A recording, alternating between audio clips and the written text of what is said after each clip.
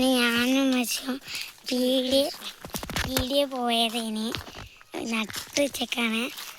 അപ്പം എണ്ണ കഴിഞ്ഞു പോയി.